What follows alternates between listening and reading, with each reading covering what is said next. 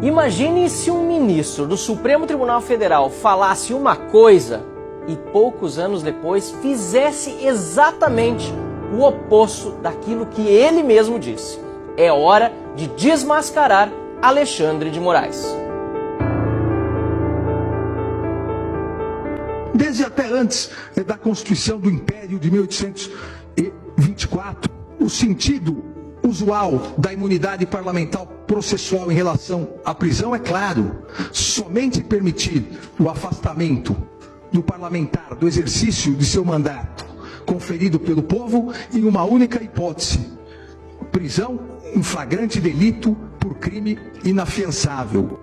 Pois é o que diz a Constituição. Mas esse mesmo ministro de 2017, agora, em 2025, mandou prender preventivamente uma deputada federal, sem trânsito em julgado, sem flagrante delito por crime inafiançável, sem respeitar o que diz a Constituição. Desobedeceu o que ele mesmo defendia não faz muito tempo. As imunidades parlamentares não podem realmente ser interpretadas extensivamente, mas não podem ser reduzidas, não podem ser ignoradas, não podem ser desprezadas, não podem ser interpretadas a partir de meras normas ordinárias, invertendo exatamente o que é uma garantia do Estado Democrático de Direito. Alexandre de Moraes dizia isso com convicção. Hoje, faz exatamente o contrário. A mesma imunidade que ele tratava como cláusula essencial para a democracia,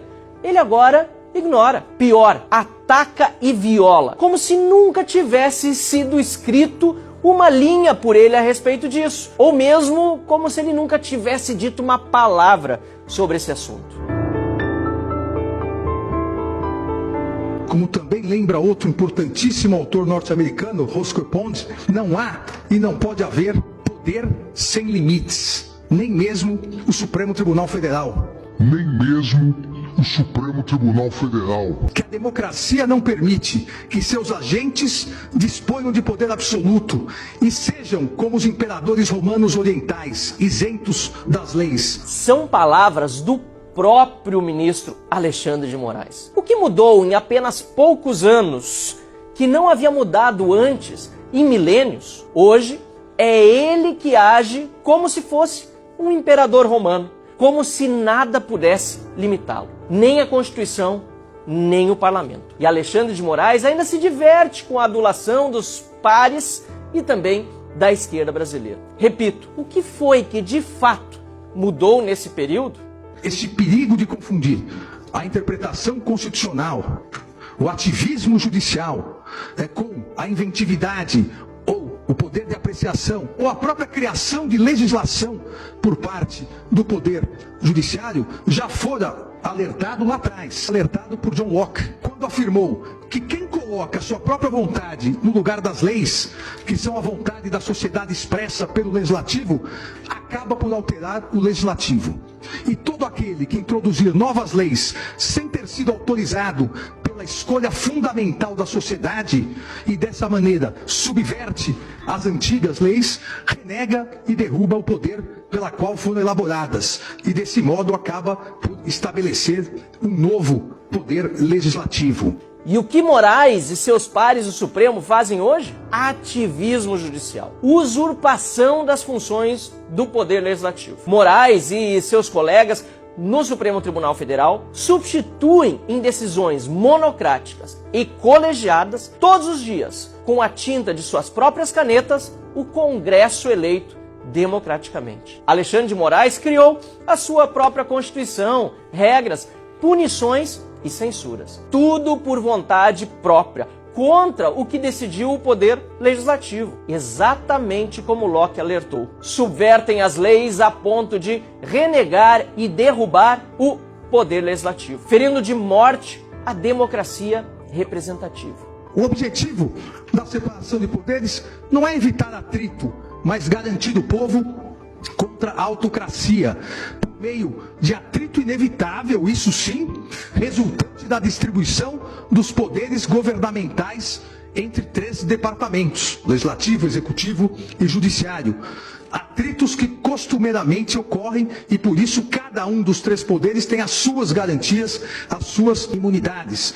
Impedir ainda o Justice Brandeis, impedir a autocracia de qualquer dos poderes, inclusive do poder judiciário, possibilita controlar os atos dos que manejam o poder governamental de maneira razoável, não arbitrária, não desarrazoada. E é por isso que há imunidade parlamentar. Justamente por isso, para evitar que o exercício independente do mandato eletivo seja ameaçado, limitado ou até mesmo revogado por outro poder. E hoje, o que faz Alexandre de Moraes? Persegue parlamentares, corta seus salários, que são impenhoráveis para qualquer cidadão, sem nenhuma base legal. Alexandre de Moraes nega o direito à ampla defesa, a presunção da inocência, não dá acesso aos autos dos processos. Como eu mesmo sei, porque também nos casos em que o alvo da perseguição sou eu, não temos acesso integral aos processos. Determina a prisão preventiva de parlamentar em violação explícita ao texto constitucional. O próprio Alexandre de Moraes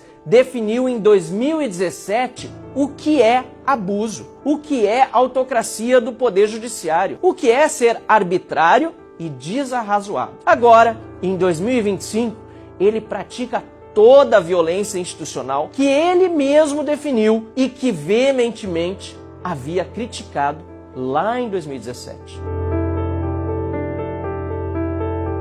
Só em 37 e 69 as imunidades parlamentares foram diminuídas, o que mostra que a diminuição de imunidades parlamentares se faz em momentos de exceção, de ditaduras, de tiranias.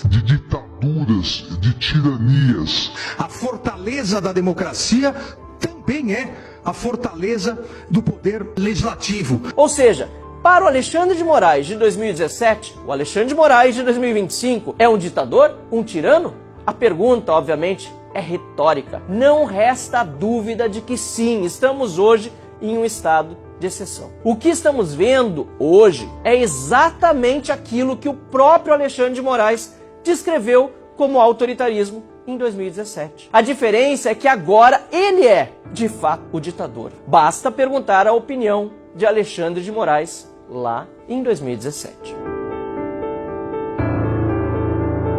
Os parlamentares, antes de condenados com trânsito em julgado após o devido processo legal, eles só podem ser afastados do seu mandato em uma hipótese: flagrante delito por crime inafiançável. E mesmo nessa hipótese, quem resolverá em 24 horas, se remetendo os autos à Câmara respectiva, é o próprio Congresso. E eu faço questão em insistir nisso. Não é uma norma isolada. A norma traz em si 400 anos agora de imunidades. Foram 400 anos de história ignorados, pisoteados. No caso de Carla Zambelli, mais uma vez Moraes ignorou a Câmara, mandou às favas o devido processo, rasgou a Constituição. E pior, com a ajuda do líder do PT na Câmara, Lindbergh Farias, e do Procurador-Geral da República, Paulo Gonet. Um colega deputado do PT atenta contra a imunidade parlamentar. E o fiscal da lei, o Procurador-Geral da República, pede a prisão ilegal, inconstitucional, de um membro do parlamento, desrespeitando a